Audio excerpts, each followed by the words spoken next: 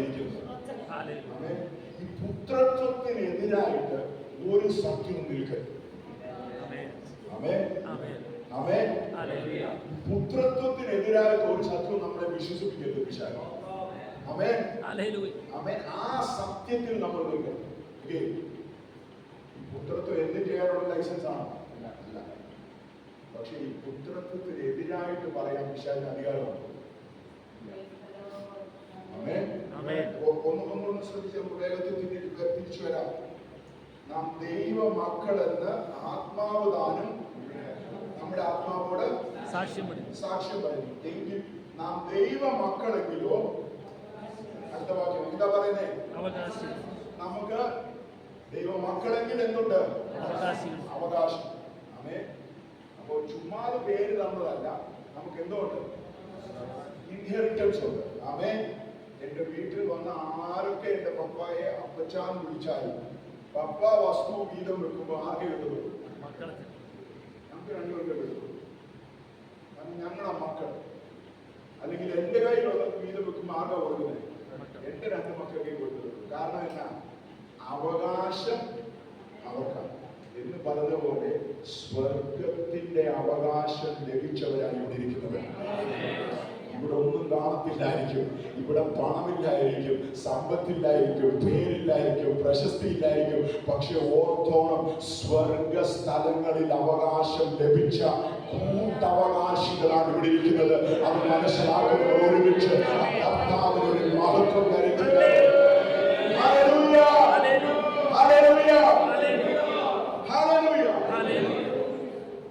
നമ്മളെന്താ? നമ്മൾ അവകാശികളാകുന്നു. ദൈവത്തിന്റെ അവകാശികൾ. ദൈവത്തിന്റെ അവകാശം എന്ന് പറഞ്ഞാൽ എന്താ? ദൈവത്തിന്റെ അവകാശം. ആ വാക്യം ഒന്ന് നോക്കിക്കേ. അതിന്റെ 17ാമത്തെ വാക്യം ഇങ്ങനെ പറയുന്നേ, heirs of God. heirs of God എന്ന് വെച്ചാൽ ഈ അവകാശം വസ്തുവിന്റെ അവകാശമല്ല. അവകാശം എന്തിന്റെ അവകാശം? നമുക്കുള്ള സമ്പത്ത് എന്തോ പറഞ്ഞാലേ, എനിക്ക് വസ്തു കിട്ടുമെന്നാണ്, എനിക്ക് സ്വർണ്ണ കിരീടം കിട്ടുമെന്നാണ്. ഞാൻ ദൈവത്തിന്റെ അവകാശിയാണ്. അതായത് ഈ 12 ഗോത്രത്തിന് വസ്തു ഭാഗം ചെയ്തപ്പോ ദൈവം പറയുക, മോശെ എല്ലാവർക്കും നന്നായിട്ട് അളന്നു കൊടുത്തു, പക്ഷെ ലേവ്യ കുടുംബത്തിന് കൊടുക്കണ്ട. കാരണം അവരുടെ അവകാശം ഞാനാണ്. അവരുടെ അവകാശം എന്ന് പറഞ്ഞതുപോലെ ഇവിടെ പറഞ്ഞു വെക്കുകയാ, നിങ്ങളുടെ അവകാശം തങ്ക കിരീടവും തങ്ക സ്ഥലങ്ങളും മാൻഷൻ ഒന്നുമല്ല.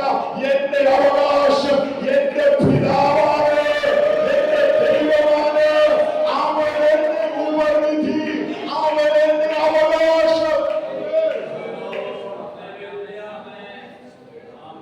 അവനാണ് നമ്മുടെ ഇൻഹെറിറ്റൻസ്. ദൈവത്തിന്റെ അവകാശങ്ങളും ക്രിസ്തുവിന്റെ എന്ന് വെച്ചാൽ ക്രിസ്തുവിന്റെ കൂടാണ് നമ്മള് അവകാശികളായി. എന്നിട്ട് പറയുക, ഈ ക്രിസ്തുവിന്റെ കൂട്ടവകാശികളാകണമെങ്കിൽ നമുക്ക് എന്തോ പറ്റണം? അതാണ് അടുത്ത വാക്യത്തിൽ എഴുതിയിരിക്കുന്നത്. നാം അവനോടുകൂടെ തേജസ്കരിക്കപ്പെടേണ്ടതിന് കൂട്ടവകാശി എങ്ങനെ ആവുന്നത്? കൂട്ടവകാശി എങ്ങനെ ആവുന്നത്? കഷ്ടം അനുഭവിക്കുമ്പോഴാണ് കൂട്ടവകാശികൾ. കഷ്ടം അനുഭവിക്കുമ്പോഴാണ് കൂട്ടവകാശി. ഇത്രയും നേരം പറഞ്ഞത് വളരെ നല്ല കാര്യങ്ങളായിരുന്നു. ആത്മാവ് എന്ന് പറയുന്നു, സ്വാതന്ത്ര്യം തരുന്നു, ആത്മാവ് നമ്മളെ നയിക്കുന്നു, പിന്നെ അപ്പ പിതാവിന്റെ യേശു പറഞ്ഞ പോലെ പറയാൻ വേണ്ടി പറ്റുന്നു, അവകാശം ലഭിക്കുന്നു. പെട്ടെന്ന് കൂട്ടുമാറ്റിയിട്ട് അപ്പോസ്തലൻ പൗലോസ് പറയാം, ഒരു കാര്യമുണ്ട്, ഇത് കിട്ടണം എന്തോ പറ്റണം. പക്ഷെ ഈ കാലത്ത് കഷ്ടമില്ലാ സുവിശേഷം പ്രസംഗിച്ചു. നല്ല കച്ചവടമുള്ളത് എന്തിനാണെന്നറിയാമോ? കഷ്ടതയില്ല സുവിശേഷം. ഞാൻ ബൈബിൾ എത്ര പഠിച്ചിട്ടുണ്ട്, ഞാൻ നല്ലവരായിട്ടുള്ള ആളുകളോട് എത്ര ചോദിച്ചിട്ടുണ്ട്, ഫ്രൂട്ട്സ് ഇല്ലാത്ത ഇല്ലാത്തൊരു സുവിശേഷം അത് സത്യമാണ്. നിന്നയില്ലാത്തൊരു സുവിശേഷം അത് സത്യമല്ല. കണ്ണുനീരില്ലാത്തൊരു ജീവിതയാത്ര അത് സത്യമല്ല.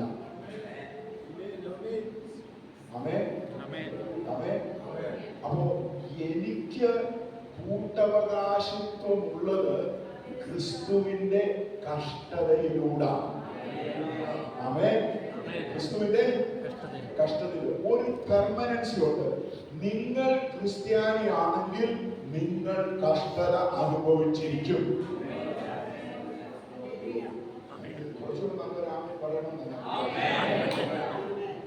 നിങ്ങൾ ക്രിസ്ത്യാനിയാണെങ്കിൽ നിങ്ങൾ കഷ്ടത അനുഭവിച്ചിരിക്കും. കഷ്ടതയില്ലായ്മയല്ല യഥാർത്ഥ ക്രിസ്ത്യാനിത്വത്തിന്റെ മുഖമുദ്ര. കഷ്ടതയിലുള്ള സമാധാനമാണ് യഥാർത്ഥ ക്രിസ്ത്യാനിത്വത്തിന്റെ. ഒരു പ്രാവശ്യം കൂടെ പറയാം, ചിലർ ചെറുതായി ഉറങ്ങിക്കൊണ്ടിരിക്കുക. കഷ്ടതയില്ലായ്മയല്ല യഥാർത്ഥ ക്രിസ്ത്യാനിത്വത്തിന്റെ മുഖമുദ്ര. കഷ്ടതയിലുള്ള സമാധാനമാണ് യഥാർത്ഥ ക്രിസ്ത്യാനിത്വത്തിന്റെ മുഖമുദ്ര. മനസ്സിലാക്കിയവർ കരങ്ങളെ തട്ടി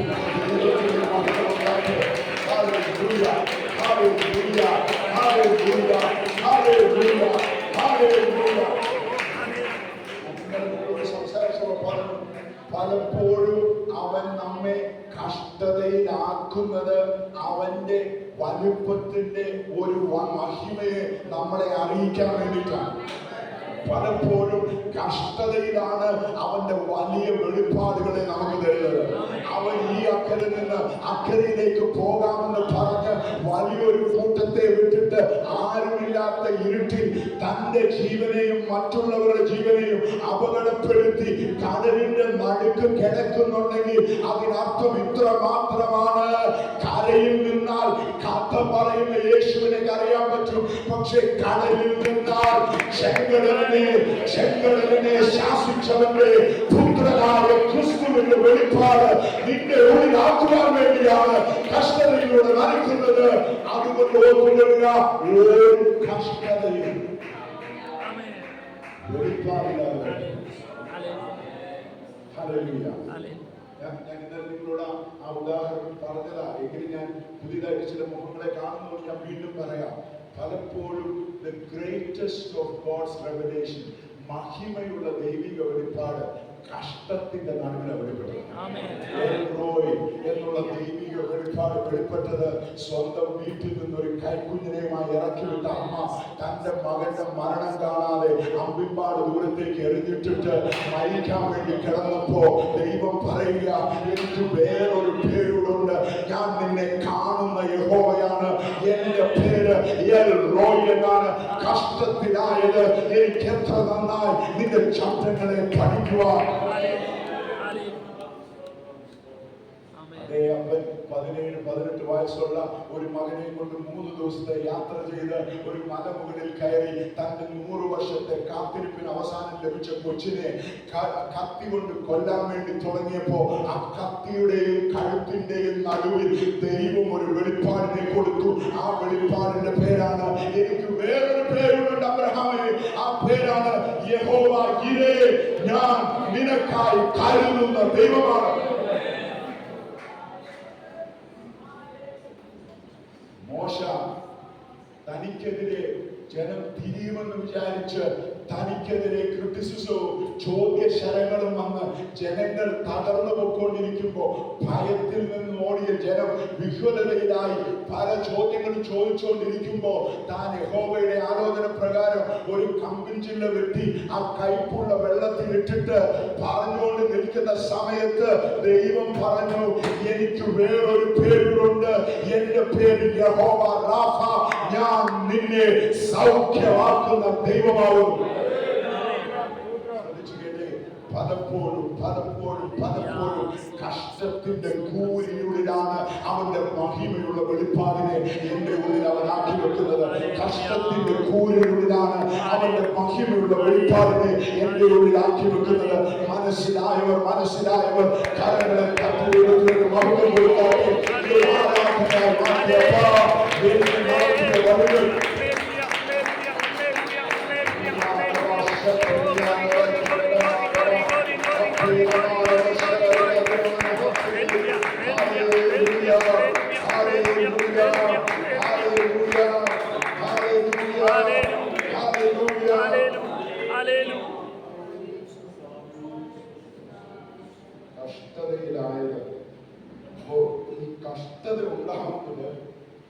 വേണ്ടിയിട്ടാണ് അവന്റെ പുത്രത്വത്തിന്റെ കൂട്ടവകാശികളായെന്ന് ഗ്രഹിക്കാൻ വേണ്ടിയിട്ടുള്ളത്. ആമേൻ.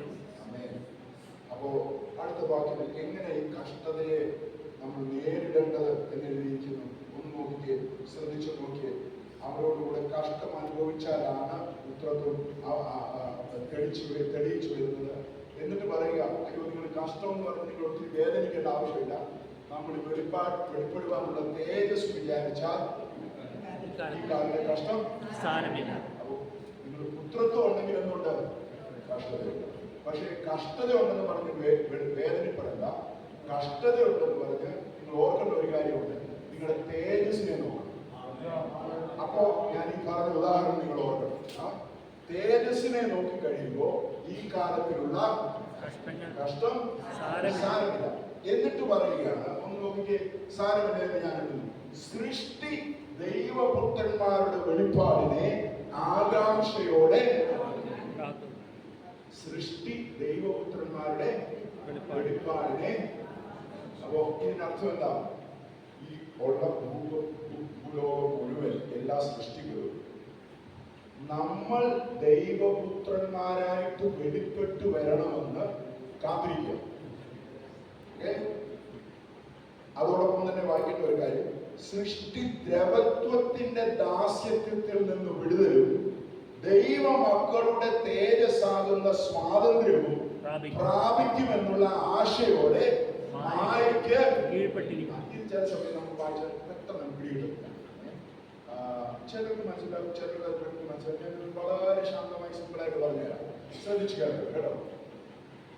ആദ്യം പറഞ്ഞു നമ്മൾ മക്കളാണ്. പറഞ്ഞായിരുന്നു? പറഞ്ഞോ? പുത്രത്വത്തിന് ആത്മാവിനെ തന്നെന്ന് പറഞ്ഞോ? ആത്മാവ് നമ്മളോട് സാക്ഷ്യം പറയുന്നെന്ന് പറഞ്ഞു. പക്ഷെ ഇവിടെ പറഞ്ഞിരിക്കുക മക്കളാണെന്ന് വെളിപ്പെടണം, മക്കളാക്കണം. ഈ ഒരു കാര്യം പൗലോസ് പറയുമ്പോൾ നമ്മളത് കുറച്ചുകൂടെ ശ്രദ്ധയോടെ മനസ്സിലാക്കണം. ചില കാര്യങ്ങൾ ഓൾറെഡി ആത്മാവിൽ സംഭവിച്ചിരിക്കുക, പക്ഷെ അതിന്റെ പൂർത്തീകരണം ഇതുവരെ നടന്നിട്ടില്ല.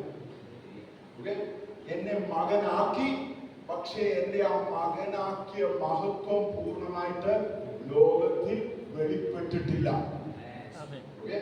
എന്നെ ഉയർപ്പിച്ചു, സ്വർഗസ്ഥലങ്ങളിൽ ഇരുത്തിയിരിക്കുന്നു, പക്ഷെ അതിന്റെ പൂർണ്ണത ഇപ്പോഴും വെളിപ്പെട്ടു വന്നിട്ടില്ല. എന്നെ പാപത്തിൽ നിന്ന് രക്ഷിച്ചു, പക്ഷെ ആ പാപത്തിന്റെ ശക്തിയിൽ നിന്ന് ഉള്ള പൂർണ്ണ വിടുതൽ എനിക്ക് ഇപ്പോഴും ആയിട്ടില്ല. തുടങ്ങിയിട്ടുണ്ട്, അത് അവസാനിച്ചിട്ടില്ല. അപ്പൊ അത് ഒരു ഇൻ ബിറ്റ്വീൻ ആയിട്ടുള്ള സ്ഥലത്ത് നിൽക്കുക, ഇടയ്ക്കുള്ള സ്ഥലത്ത് നിൽക്കുക.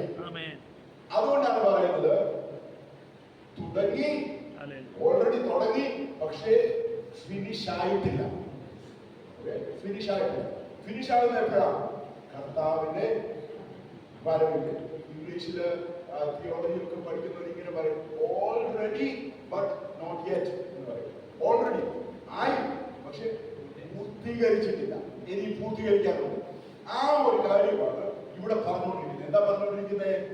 പുത്രന്മാരായി, പക്ഷെ പുത്രത്വം പൂർത്തീകരിച്ചോ? ഇല്ല. പുത്രത്വം പൂർത്തീകരിക്കുമ്പോ എന്തോ പറ്റും? എനിക്ക് മാത്രമല്ല മാറ്റം ഉണ്ടാകുന്നത്, സൃഷ്ടിക്കൂടെ മാറ്റം ഉണ്ടാകും. അതെങ്ങനെ സൃഷ്ടിക്ക് മാറ്റം ഉണ്ടാകുന്നത്? അപ്പൊ നമ്മൾ ജനസിസിൽ പോയി അല്ലെങ്കിൽ ഉൽപ്പത്തിയിൽ പോയി പഠിച്ചാലേ അത് മനസ്സിലാകും. ശ്രദ്ധിച്ചു കേൾക്കണം. നിങ്ങൾ എന്റെ കൂടുതലുണ്ടോ? എന്റെ കൂടുതലുണ്ടോ?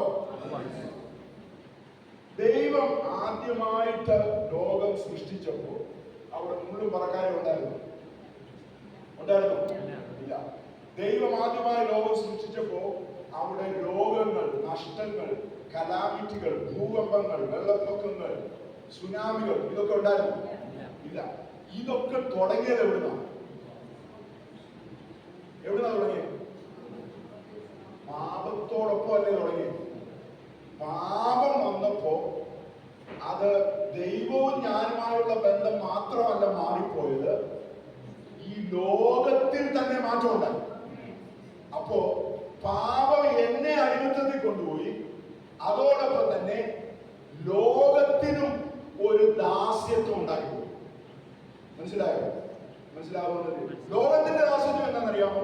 ലോകത്തിന്റെ ദാസ്യത്വമാണ് ദ്രവത്വം പ്രാപിക്കുക, അതായത് നശിച്ചുകൊണ്ടിരിക്കുക.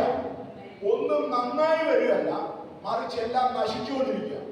ഒരു ചെറിയ ഉദാഹരണം, വലിയ നല്ല ഉദാഹരണമൊന്നും അത് മനസ്സിലാക്കാൻ വേണ്ടി പറയാം. നിങ്ങൾ ഒരു 5 ഏക്കർ സ്ഥലം വാഗമണിൽ പോയി മേടിച്ച് നിൽക്കരുത്. എന്നിട്ട് നിങ്ങൾ തിരിച്ചു വന്നു 5 വർഷം കഴിഞ്ഞിട്ട് തിരിച്ചു ചെല്ലുമ്പോൾ അവിടെ ഒരു 5-8 ആപ്പിൾ മരവും ഒരു 8-10 തേങ്ങായും തെങ്ങും ഒരു 2 ഏക്കർ റബ്ബറും ഒക്കെ വളർന്നിരിക്കും. നിൽക്കുമോ? അവിടെ കുറെ ആടുകൾ വളരുമോ? അവിടെ എന്തോ ഉണ്ടാവും? മുള്ളും പറക്കാരെയും കമ്മ്യൂണിസ്റ്റ് പറ്റിയും അല്ലെങ്കിൽ അങ്ങനത്തെ സംഭവങ്ങൾ മാത്രമേ. അപ്പോ ഇത് ചുമ്മാ ഇട്ട് കഴിഞ്ഞാൽ ഇത് എങ്ങോട്ടാ പോകുന്നത്? ദ്രവത്വത്തിലേക്കാവും, നാശത്തിലേക്കാവും. പക്ഷേ ഇത് തിരിയുന്ന ഒരു സമയമുണ്ട്. അത് പുതിയ വാനവും പുതിയ ഭൂമിയും ഉണ്ടാവുകയാണ്. അപ്പൊ പുതിയ വാനവും പുതിയ ഭൂമി എപ്പോഴാണ് ഉണ്ടാകുന്നത്? കർത്താവിന്റെ വരവിക്കലാണ്. കർത്താവിന്റെ വരവിക്കൽ വേറൊരു കാര്യം കൂടെ നടക്കും. എന്റെ പുത്രത്വം കൂടെ വെളിപ്പെടും. എന്റെ പുത്രത്വം വെളിപ്പെടുന്നത് വരെ ഈ സൃഷ്ടി തന്നെ ദ്രവത്വത്തിന്റെ ദാസ്യത്തിൽ കിടക്കുമോ? മനസ്സിലായോ? ഒന്നുകൂടെ വായിച്ചേ, അപ്പൊ നിങ്ങൾക്ക് എന്റെ കൂടുതൽ മനസ്സിലാകും. സൃഷ്ടി ദ്രവത്വത്തിന്റെ ദാസ്യത്തിൽ നിന്ന് വിടുതലും ദൈവ മക്കളുടെ തേജസ്സാകുന്ന സ്വാതന്ത്ര്യവും പ്രാപിക്കുമെന്നുള്ള ആശയോടെ മായയ്ക്ക് നാശത്തിൽ ഇപ്പോൾ കീഴ്പ്പെട്ടിരിക്കുന്ന എന്തിനാ? ഒരിക്കൽ ഇതിലെ നടക്കുന്ന ദൈവമക്കൾ വെളിപ്പെട്ടു വരും. അവർ വെളിപ്പെട്ടു വരുമ്പോ അവര് പറന്ന് സ്വർഗത്തിൽ പോകുമെന്നല്ല, മറിച്ച് ഈ ആയിരിക്കുന്ന ഭൂമിയുടെ അവസ്ഥ തന്നെ മാറും. ഹല്ലേലൂയ! അവിടെ വെള്ളപ്പൊക്കം ഉണ്ടാകത്തില്ല, സുനാമി ഉണ്ടാകത്തില്ല, പാൻഡമിക് ഉണ്ടാകത്തില്ല, കൊറോണ ഉണ്ടാകത്തില്ല, മരണം ഉണ്ടാകത്തില്ല, കണ്ണുനീരുണ്ടാകത്തില്ല. സൂര്യൻ അസ്തമിക്കാത്ത ദൈവിക സാന്നിധ്യത്തിലുള്ള ഒരു ജീവിതമാണ് എന്റെ ഭാവിയെങ്കിൽ ആ ഭാവി ഭൂമിയിൽ കാണപ്പെടും. മനസ്സിലാവുന്നുണ്ടോ? സ്തോത്രം.